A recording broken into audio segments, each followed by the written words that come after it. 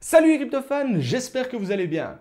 Aujourd'hui, je vous propose la suite d'une de mes précédentes vidéos que vous m'avez énormément demandé. Car oui, 4 mois plus tard et après plus d'une cinquantaine de photos triées, je vous propose aujourd'hui la version 2 de vos installations pour miner des crypto-monnaies. Alors, c'est parti.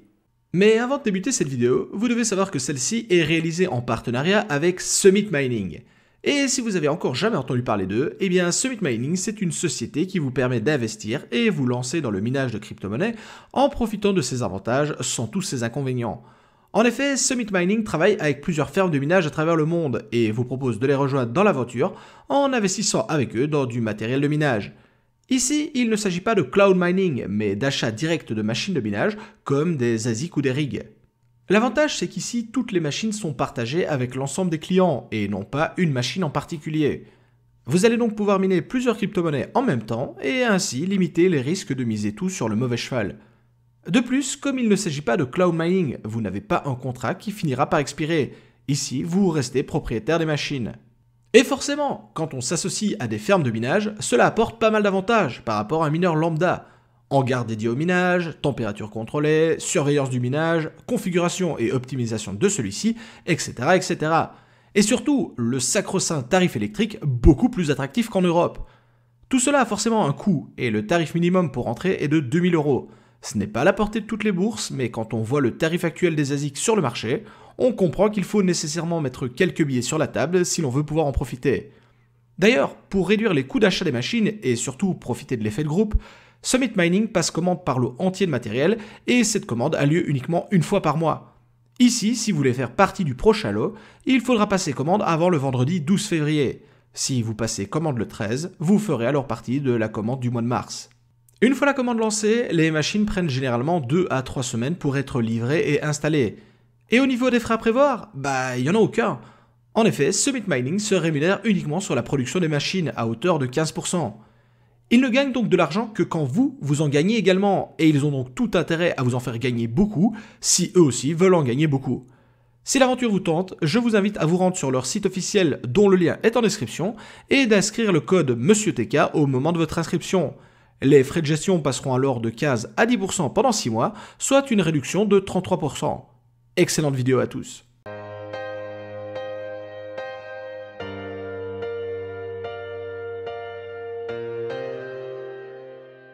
Pour commencer, je vous propose le rig de Kirakiri, qui est composé de 3 RTX 3080, de 3 RTX 3060 Ti, mais également une petite intruse difficilement visible sur la photo, une GTX 1660 Super bien planquée sur la carte mère. A mon avis, toi t'as vu ma vidéo sur la rentabilité du minage en 2021, et pour être certain de ne pas te tromper, tu as pris les deux cartes que j'ai données en référence. Ici, impossible de se planter avec un tel matos, et la config parvient à nous sortir 500 MHz sur Ether pour 1300 watts mesurés sur le wattmètre. Bref, une excellente installation qui va enfin me permettre de répondre à toutes ces questions que je reçois en commentaire. Oui, vous pouvez brancher des cartes de différents modèles sur une même carte mère. Évitez juste de mélanger AMD et Nvidia. Ensuite, c'est Moonitize qui nous propose à la fois quelque chose de très classique, mais également quelque chose qui sort totalement de l'ordinaire. En premier lieu, celui-ci nous présente son ancien rig de 4RX 570 en modèle 4Go qui était à la base utilisé pour miner de l'Ether. Depuis l'augmentation de la taille du DAG au-dessus des 4Go, pas le choix pour lui, mais il a dû passer à autre chose. Mais c'est surtout la seconde machine qui sort clairement de l'ordinaire, avec son rig de 5 x 12 Tera de stockage pour miner du Burstcoin. Le Burstcoin repose sur le principe du Proof of Capacity, qui est au contraire du minage classique qui demande de la puissance de calcul. Ici, c'est de l'espace de stockage qui est nécessaire pour pouvoir obtenir les coins. Honnêtement, j'en avais déjà entendu parler, mais jamais vu en vrai. Donc félicitations à toi, tu viens de me faire découvrir une nouvelle branche du mining. La prochaine machine nous vient de Anthony Prévost, et il s'agit ni plus ni moins que d'un rig sur deux niveaux de 13 RX 580 de 8 Go. Inutile de dire qu'actuellement, avec une telle machine, celui-ci doit être en train d'en profiter pour miner de l'Ether. Au passage, j'aime beaucoup le petit écran fixé sur le côté du rig pour suivre le minage. J'en ai jamais eu, mais à le voir, tu m'as clairement donné envie de m'en prendre un. Et je pense qu'après cette vidéo, je vais devoir passer commande. Oh, très grand merci à toi pour cette participation. On passe ensuite à CryptoY, qui possède deux belles machines, et une fois encore, il s'agit de rigs de minage. On a donc deux rigs classiques sur châssis en aluminium, avec respectivement 6 et 8 cartes. Celui-ci ne m'a pas donné plus d'infos sur son matos, mais j'imagine qu'il s'agit des cartes AMD RX 570 ou 580. Sur une des photos, on remarque une alimentation Corsair de 1200 watts, et vu la quantité de cartes sur le rig, j'imagine que celle-ci doit être doublée de l'autre côté. Point important, celui-ci m'a indiqué ne pas avoir eu besoin de chauffage pour cet hiver, et honnêtement je veux bien le croire. Vient ensuite Dinandal avec son tout premier rig. Et c'est cela que j'aime beaucoup dans ce genre de vidéo. Certes, vous allez voir des installations de malades avec des dizaines de cartes, mais pour beaucoup, et moi le premier, on a commencé petit avec seulement une ou deux cartes et ce rig reflète parfaitement cela. On retrouve donc un support en bois qui semble fait maison et deux cartes graphiques. C'est typiquement le genre de façon de faire que doit avoir un débutant qui veut se lancer dans le minage. Au final, ça coûte pas très cher et cela permet de faire ses premiers pas tout en gardant sous le coude pour ajouter des GPU par la suite. Donc félicitations à toi pour ce très beau début. Pour Zandeleboué, et désolé si j'ai écorché ton pseudo, c'est aussi son premier rig, mais lui, il est déjà à l'étape suivante, et c'est donc 13 RX 5700 XT que l'on retrouve sur sa bécane. Celles-ci sont montées sur différents châssis en alu, mais toutes reliées à la même carte mère. A première vue, je sais que ça peut sembler bordélique, mais en étant habitué, on comprend directement son montage, pour faciliter la gestion des câbles avec une carte mère centrale et les différentes cartes qui gravitent autour. Bref, une bien jolie machine pour débuter, de quoi clairement miner quelques éthers en s'étant reculé. Je vous propose maintenant les rigs de SPK Passion Crypto. On retrouve 16 GTX 1660 Ti répartis sur deux rigs et celui-ci m'indique sortir plus de 500 MHz par seconde sur Ether.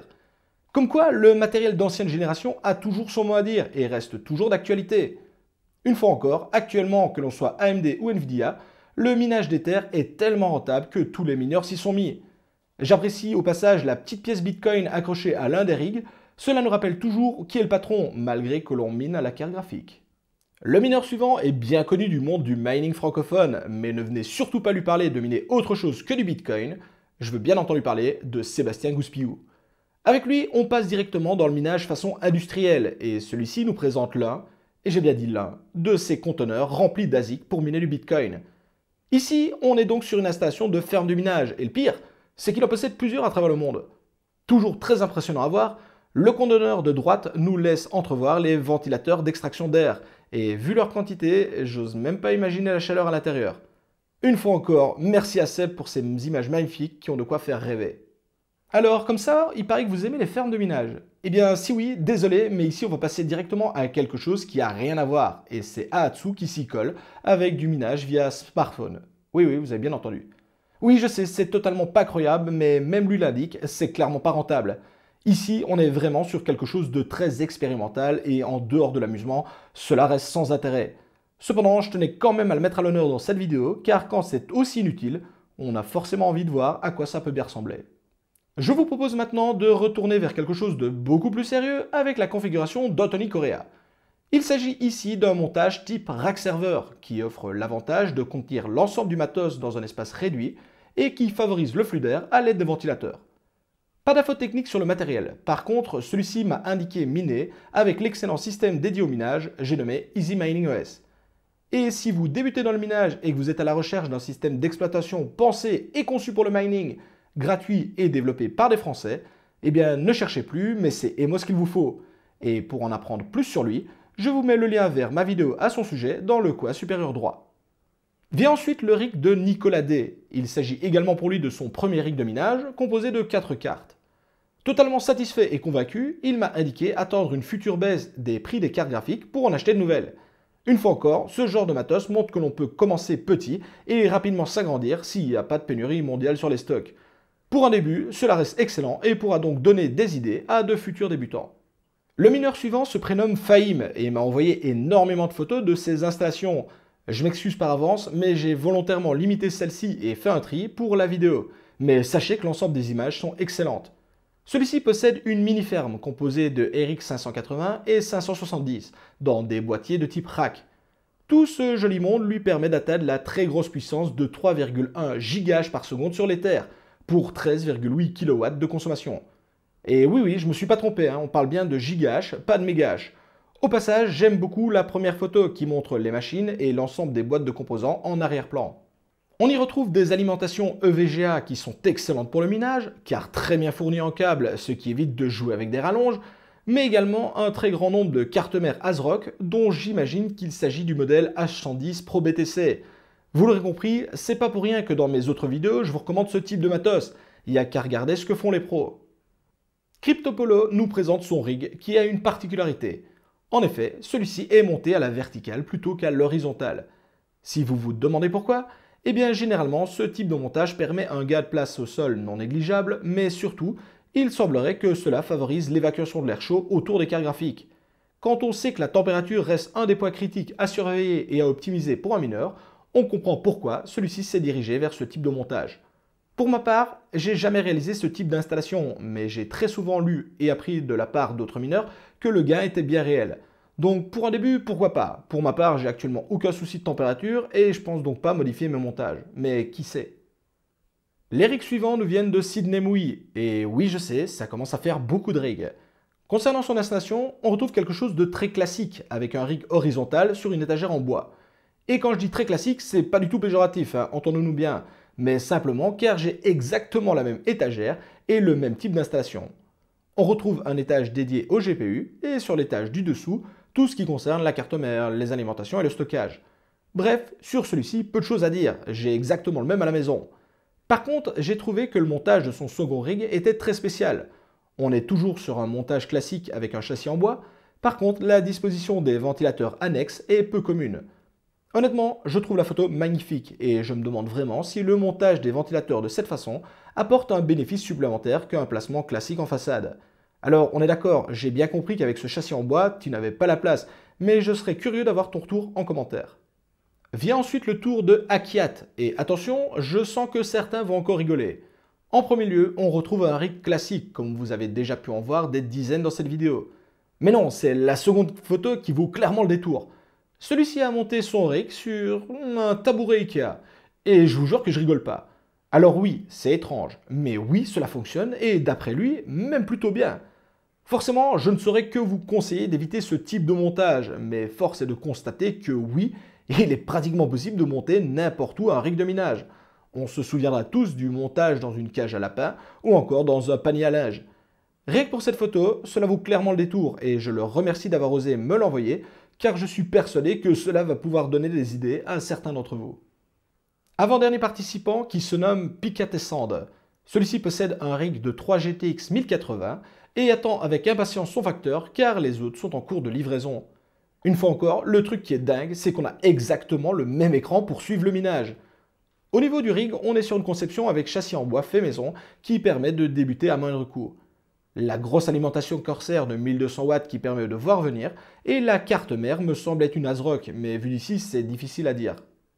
Pour finir, c'est une participation un peu spéciale que j'ai eue pour cette vidéo. En effet, Matt, le fondateur de Summit Mining, a voulu jouer le jeu et nous propose quelques photos de ses installations. On retrouve donc une photo de l'intérieur d'une des fameuses fermes de minage, qui reste toujours ultra impressionnante pour les petits mineurs que nous sommes, mais également de 2 photos de lui devant d'une part un mur d'ASIC prêt à en découdre sur la blockchain et de l'autre un lot d'ASIC en attente d'installation. Voici donc qui termine cette vidéo et j'espère vraiment qu'elle vous aura plu. Je tenais une fois encore à remercier tous les participants d'avoir envoyé leurs photos car sans vous, la vidéo n'existerait pas. Alors pas d'inquiétude si vous n'avez pas pu participer à celle-ci, je compte bien réaliser une 3e version tant le sujet semble vous intéresser. Comme d'habitude, si la vidéo vous a plu, n'hésitez pas à liker et à partager. Actuellement, vous êtes plus de 14 000 à me suivre et j'espère vraiment franchir le palier des 20 000 abonnés d'ici quelques mois. Donc abonnez-vous, c'est gratuit et ça me fera vraiment plaisir. Moi, je vous souhaite à tous un excellent minage. C'était MsTK. Ciao les cryptofans.